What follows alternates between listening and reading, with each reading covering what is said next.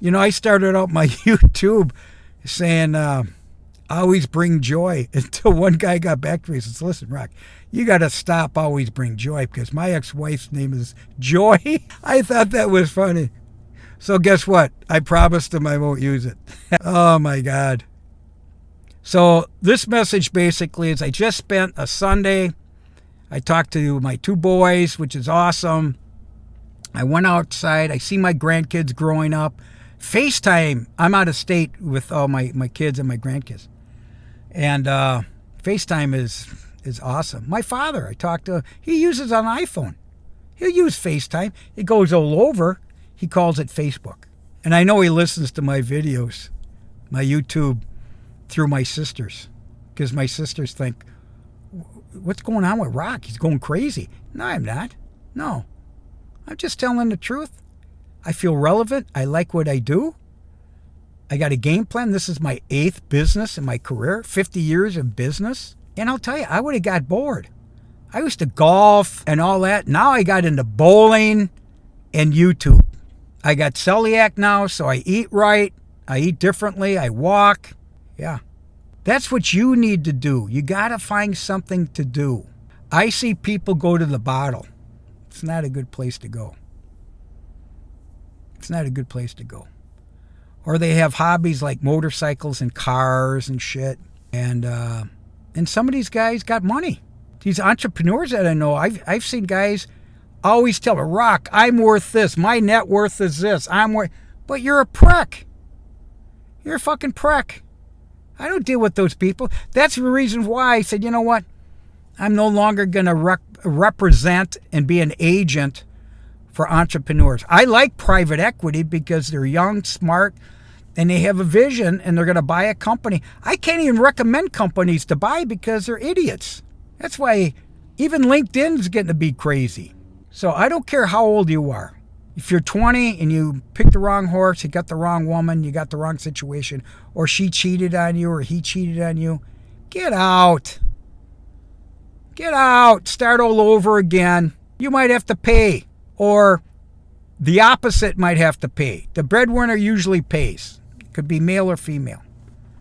But you just don't want to fuck it up for the kids, because that's what you really want to show is that was a gift to you. Your child was a gift to you. Your family was a gift. And I did the best I could to stay away from hate and criticizing and all that other stuff. My kids are basically finding out now because they're in their 40s now and they know. I'm not afraid. I have to tell the truth. And as I mentioned, I got a book. Here's my book. And that was the good shit. Now, my voice on YouTube is evergreen forever. My grandkids someday are going to say, Papa Rock was crazy. Crazy fun. Crazy fun. But I tell the truth. So here's my message to you is get on that fucking horse. Go alone. Put a plan together. Have some goals. And you sit down with your kids and you say, listen, here's what we're working towards. It's almost like your own ball team, your own hockey team. And you're the coach, general manager, and the boss. Think about that. That's how I looked at it. Okay? And if he says, Dad, I want to play hockey, boom. Fine. Dad, I want to play the piano, boom. As much as you can. I had a friend that was a principal at a parochial school for many, many years. He was single, too. And he would tell me, hey, Rock, the more you can expose your kids to experiences, the better. Because then they really find out what they want to do. And a lot of people my age were brought up by the greatest generation. So our backgrounds, our parents, were really different, man. Really different. And my parents, 11 children in the neighborhood was very uncommon. Uncommon. Lower blue collar. Our economics were low. My dad started making money. Let me think here.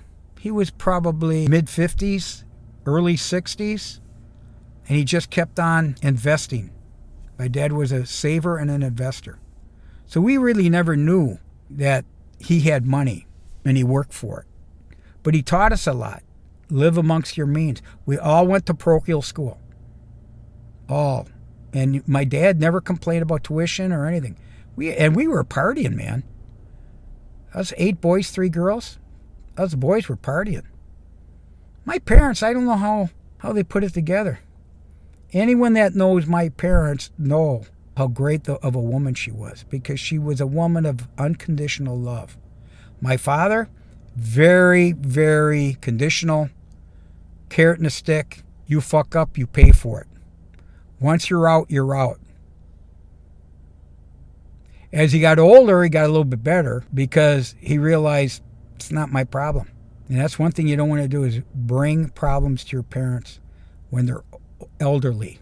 Now that I'm elderly, I'm pulling away from my kids. I could see their problems. I can't do anything about it. I'm old. So that's where I want you to come, is start realizing that hope is huge. A work ethic is huge. Communication with your kids is huge. And to go back on it, I believe I still had to have the business and my career as number one, so I could actually take care of my kids so they could live the life that I was hoping that they would engage, which is sports, education, and integrity. Those are the top 3. And I will say, my father at 100, he showed us all. He is the Godfather. He is the king. I was just a disciple. And now my kids actually have a better dream and better aspirations. And they pick the right horse by the right spouse. Great kids. And now they're focused on education, doing the right thing, keeping their health good, stay out of trouble. All the good things, man. All the good things. So if I could help you, this is how I want to help you, is reshape your attitude.